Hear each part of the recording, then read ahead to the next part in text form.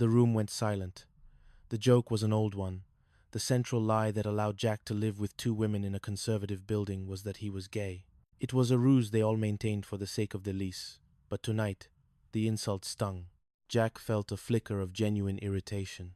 "Mr. Furley," Jack said, his voice dropping an octave, "there are a lot of different kinds of men in the world.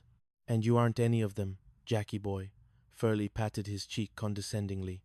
"Now, stay out of the way. I need to find a real stallion for Veronica." As Furley exited, Jack turned to the girls. His face flushed. "A stallion? He thinks I'm a twerp. He thinks I'm a little nothing. He has to think that, Jack," Janet reminded him. "Otherwise, we're out on the street." I know," Jack muttered. But a plan was already forming in his mind, a dangerous, hilarious, utterly Tripper-esque plan. Chapter 3. The Birth of Austin. "You're going to do what?" Janet asked, her eyes wide. Jack was currently rummaging through the hall closet, throwing coats and umbrellas aside. "He wants a stallion? I'll give him a stallion. I'll give him a whole herd of 'em." He pulled out an old, battered Stetson hat that Cindy had used for a Halloween costume years ago. He jammed it onto his head. "Jack, you can't be serious," Cindy giggled.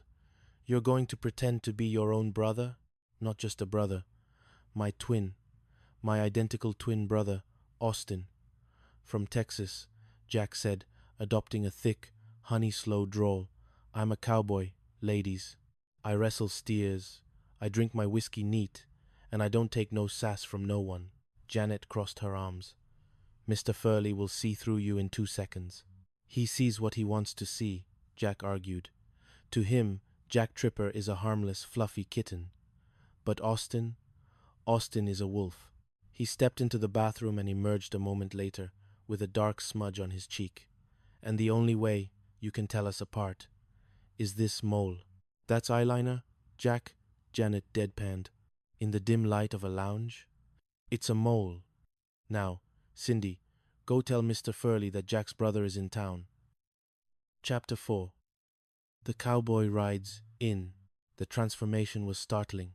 When Jack emerged from the bedroom an hour later, he wasn't Jack anymore. He wore a denim shirt unbuttoned just enough to be suggestive, the cowboy hat pulled low over his eyes, and a swagger that seemed to take up the entire room. "Well, boy howdy," he drawled, leaning against the doorframe as Mr. Furley entered with a young woman in tow. Veronica was stunning, tall, blonde, and possessing a sharp, observant gaze that made Jack's stomach do a nervous flip. "This is him?" Furley asked, his voice full of awe. "Jack's twin? Austin Tripper," Jack said, stepping forward and taking Veronica's hand. He didn't just shake it, he kissed the back of it, his eyes locked onto hers with a predatory intensity that Jack Tripper wouldn't have dared. "Pleased to meet you, ma'am. My eyes must be bugging out like a stomped-on toad frog, 'cause you are the prettiest thing I've seen since the bluebonnets bloomed in Austin." Furley beamed. "You see, Veronica? A real man, a Texan."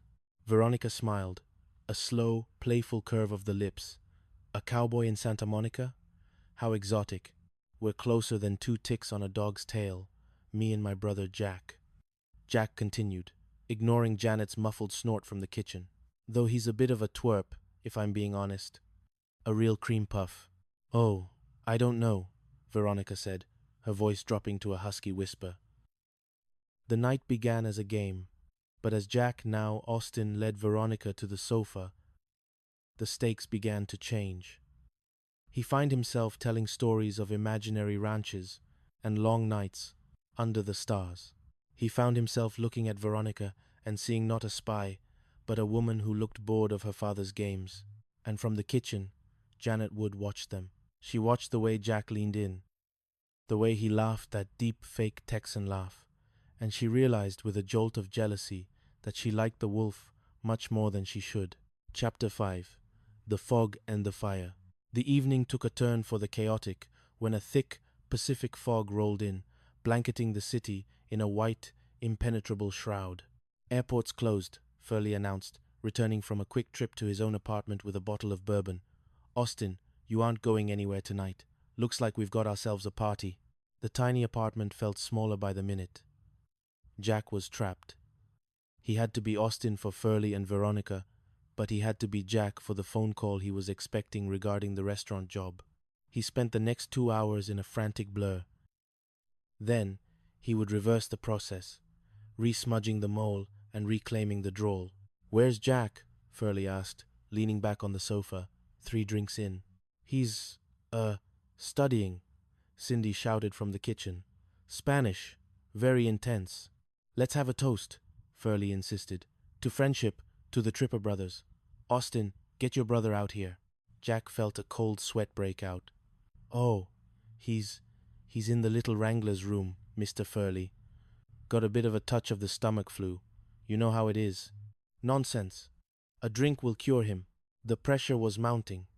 Janet tried to intervene, dancing with Furley to distract him, but the landlord was determined.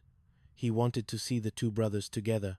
In a moment of desperation, Jack ducked into the bedroom and grabbed a pillow, stuffing it into a spare set of clothes and propping it up in the shadows of the hallway.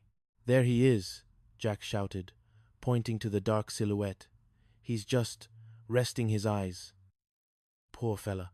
But Veronica wasn't looking at the silhouette. She was looking at Jack. She had seen him wipe the mole off his face earlier. She had seen the hat hidden behind the sofa. She leaned in close to his ear, her breath warm against his neck. "You know, Jack, or Austin, whoever you are." Jack froze. "I think you're a much better actor than you are a cowboy," she whispered. "But the effort, that's what's really romantic." Before Jack could respond, Furley let out a celebratory yell. "I love this family. I love the Trippers." He grabbed Austin and Jack, the pillow, for a group hug, stumbling in his drunken haze. Chapter 6. The morning after. The fog cleared by dawn, leaving the apartment smelling of stale bourbon and deception. Veronica had left a note on the coffee table. "Uncle Ralph is convinced. My father will be happy. And I'll keep your secret, cowboy." Jack sat on the floor, the Stetson hat in his lap. He felt exhausted, his face sore from the fake drawl and the constant scrubbing of eyeliner. Janet walked out of her room, her hair messy, a cup of coffee in her hand. She sat down next to him. "So," she said quietly, "is Austin gone?" "Back to Texas," Jack sighed. "He was a lot of work." "He was a bit of a jerk," Janet said, though she smiled. "But he was brave." Jack looked at her. "You think so?" "I think Jack Tripper is brave enough," she said, leaning her head on his shoulder. "He doesn't need a hat or a mole to be a stallion." Jack smiled, the first real smile of the night. He reached out and took her hand. For a moment, the cruise ship, the Spanish lessons, and the crazy landlords faded away. There was just the 2 of them, the quiet of the morning, and the realization that sometimes the best role to play was yourself.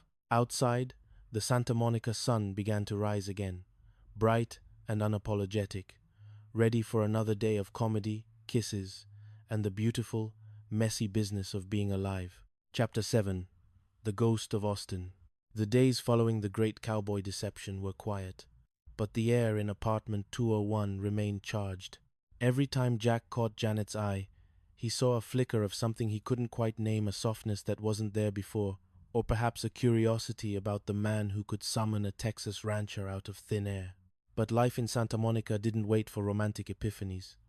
Jack's Spanish textbook was back on the table, though now it was stained with tomato sauce. The cruise ship job wasn't just a dream anymore. He had an interview at La Casa del Sol, a high-end Spanish restaurant where the owner was a consultant for the cruise line. "Tragame una botella de vino tinto," Jack practiced, his voice lackluster. "You sound like you're ordering an execution, Jack," Cindy said, pirouetting through the living room with a stack of files. "Lighten up. Be more Austin-y." Jack winced. "Austin is retired, Cindy. He's back in the panhandle, hopefully being eaten by a coyote." "I don't know," Janet said, entering from the balcony with a basket of wilting ferns. Austin had a certain charm. He knew what he wanted. He wasn't afraid to kiss a lady's hand. Jack looked at her sharply. "Is that what you want, Janet? A guy in a hat who kisses hands and talks about toad frogs?" Janet set the basket down and wiped her hands on her apron. "Maybe I just want a guy who isn't always apologizing for being himself." The phone rang. cutting through the tension. Jack lunged for it. Hello? Yes, this is Jack Tripper. Tomorrow at noon? Absolute. Unsurpassed, sir. My cooking is unsurpassed. Yes. Thank you. He hung up, his face pale. The interview is tomorrow. If I get this, I'm one step closer to that ship.